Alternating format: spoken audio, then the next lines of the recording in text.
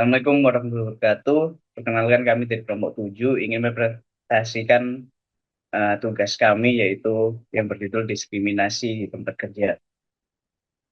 Perkenalkan anggota kelompok kami. Yang pertama saya Muhammad Dipo Perdana Putra dengan NPM 220710122 dan teman saya Syahzada Azim dengan NPM 220710161. Latar belakang akan dijelaskan oleh teman saya. Silakan, Mas Azim. Ya, terima kasih Mas Diva. Yang pertama di sini adalah latar belakang. Diskriminasi di tempat kerja merupakan masalah yang serius dalam dunia kerja. Ketika para pekerja diperlakukan secara tidak adil karena berbagai faktor, hal tersebut dapat menimbulkan rasa ketidaknyamanan bagi para pekerja dan membuat perilaku mereka jadi terpengaruh. Diskriminasi berbasis gender, disabilitas, serta agama dalam dunia kerja bukan sekedar masalah individual, tetapi juga masalah struktural yang berpotensi memperlambat perkembangan sosial dan ekonomi suatu bangsa. Lanjut, Mas. Diskriminasi di tempat kerja. Diskriminasi gender adalah salah satu bentuk ketidakadilan yang sering terjadi di mana seseorang diperlakukan berbeda hanya karena jenis kelaminnya. Hal ini membatasi hak, peluang, dan kebebasan individu baik di bidang pekerjaan, pendidikan, maupun sosial. Selain gender, diskriminasi terhadap pekerja disabilitas juga masih menjadi tantangan besar. Penyandang disabilitas sering menghadapi hambatan struktural dalam mendapatkan akses ke pendidikan, kesehatan, dan pekerjaan. Tidak hanya itu, diskriminasi berbasis agama juga sering terjadi di tempat kerja. Hal ini meliputi perilaku tidak adil terhadap seseorang karena keyakinan agamanya, termasuk larangan menjalankan ibadah atau aturan berpakaian tertentu yang tidak menghormati kebebasan beragama.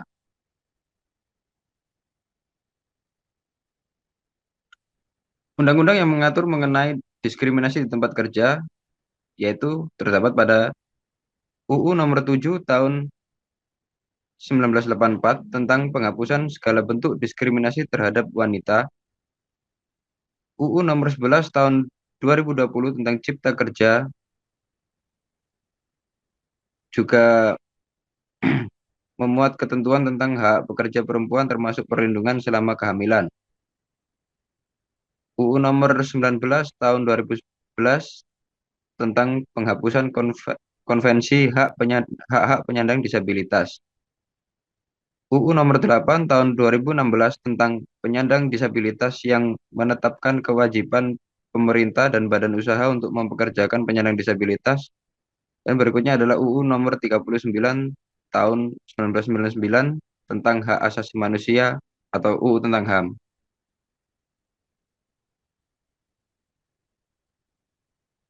Dampak diskriminasi di tempat kerja.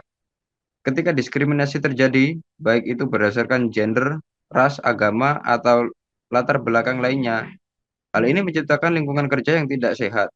Salah satu dampaknya adalah menurunnya motivasi dan produktivitas karyawan. Individu yang merasa didiskriminasi seringkali kehilangan semangat untuk bekerja dan merasa tidak dihargai.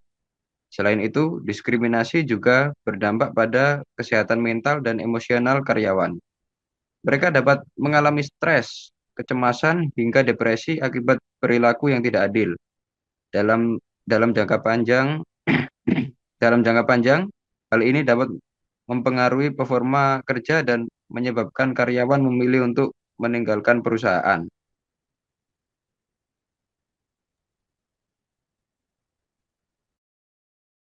Ya, terima kasih Mas Azim. Selanjutnya saya ada analisis kasus yang melibatkan Arko Rahnandan Segala dan Ongji Ken alias Hasan adalah contoh nyata dari diskriminasi berbasis ras dan etnis yang dapat terjadi di berbagai konteks, termasuk di tempat kerja. Diskriminasi di tempat kerja yang sudah dijelaskan Mas Azim tadi ialah suatu tindakan yang merugikan individu atau kelompok tertentu berdasarkan dis, diskriminasi karakteristik yang dilindungi seperti ras, etnis, agama, jenis kelamin, atau orientasi seksual. Dalam kasus ini, ujaran kebencian yang dilontarkan oleh Arko Hernandez mencerminkan bentuk diskriminasi yang merendahkan martabat korban. Saya perkenalan dulu, Arko Hernandez Sagala ini seorang kepala desa yang didakwa atas ujaran kebencian berbasis ras dan etnis kepada Ong Jin Keng alias Hasan, seorang keturunan Tionghoa. Insiden ini terjadi saat terdakwa datang ke lokasi PT Inti Mitra Sawit Lestari untuk menyelesaikan permasalahan terkait tanah yang diklaim oleh masyarakat desa. Dalam situasi yang memanas, terdakwa mengucapkan kata-kata yang bernuansa diskriminasi dan penghinaan, termasuk tanda kutip "Hai Cina anjing, Kukima," atau "punya kuasa kok di sini, kuratakan semua ini," tutup tutup, tutup kutip. Eh, di depan umum. Ujaran tersebut dianggap merendahkan martabat korban dan menunjukkan kebencian terhadap golongan tertentu berdasarkan fakta persidangan. Tindakan tersebut memenuhi unsur pidana sebagaimana diatur dalam pasal 16 Junto, pasal 4 huruf B angka 2 Undang-Undang Nomor 40 Tahun 2008 tentang penghapusan diskriminasi ras dan etnis, serta pasal 156 KUHP. Dan diskriminasi di tempat kerja tersebut dapat dilakukan dalam berbagai bentuk, termasuk perekrutan, promosi, penugasan kerja, kompensasi, dan pemecatan. Contohnya yang tadi ialah hmm, omongan tidak baik atau ujaran kebencian. Ujaran kebencian yang dilontarkan oleh Arturan dan Dasagata ini menunjukkan bahwa diskriminasi tidak hanya terjadi dalam tindakan langsung, tapi juga dalam bentuk verbal yang dapat menciptakan lingkungan kerja yang tidak bersahabat dan merugikan. Ujian diskriminasi seperti ini dapat menyebabkan stres, kecemasan, dan penurunan produktivitas bagi para korban, serta menciptakan ketegangan sosial di tempat kerja. Selanjutnya ada pencegahan dan penanganan diskriminasi. Langkah awal yang dapat dilakukan adalah dengan memastikan penerapan regulasi yang sudah ada, seperti Undang-Undang Nomor 13 Tahun 2003 tentang Ketenagakerjaan dan peraturan lainnya, berjalan secara konsisten. Pemerintah perlu meningkatkan pengawasan terhadap pelanggaran, memberikan sanksi tegas kepada perusahaan yang melanggar aturan, serta memastikan regulasi tersebut mampu memberikan perlindungan nyata bagi kelompok rentan seperti perempuan dan penyandang disabilitas. Selain itu, perusahaan juga harus memiliki kebijakan internal yang secara eksplisit melarang diskriminasi dalam segala bentuknya, serta menjadikan keberagaman dan inklusi sebagai bagian integral dari budaya kerja. Pendidikan dan pelatihan adalah langkah yang penting berikutnya. Perusahaan harus secara rutin mengadakan pelatihan kepada seluruh karyawan, termasuk manajemen, mengenai pentingnya keberagaman dan inklusi. Materi pelatihan dapat mencakup kesetaraan gender, sensitivitas budaya, dan pemahaman tentang hak asasi manusia.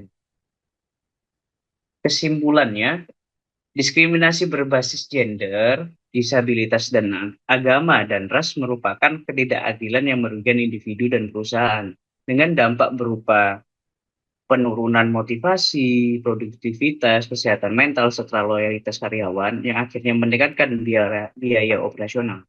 Meskipun regulasi seperti UU Nomor 13 Tahun 2003 tentang Ketenagakerjaan dan Konvensi ILO telah menyediakan dasar hukum untuk mencegah diskriminasi, pelaksanaannya masih memerlukan pengawasan dan komitmen yang kuat. Solusi yang dapat dilakukan meliputi penerapan kebijakan inklusif seperti tadi, sistem pelaporan yang lebih efektif, pelatihan kesadaran keberagaman bahwa kita ini berbeda-beda tetapi tetap satu, dan kolaborasi dengan serikat pekerja. Dengan langkah-langkah ini diharapkan tercipta lingkungan kerja yang adil dan inklusif yang tidak hanya meningkatkan kesejahteraan karyawan tapi juga mendukung pertumbuhan serta perusahaan maupun karyawan. Terima kasih. Sekian yang dapat kita sampaikan. Selebihnya mohon maaf. Assalamualaikum warahmatullahi wabarakatuh.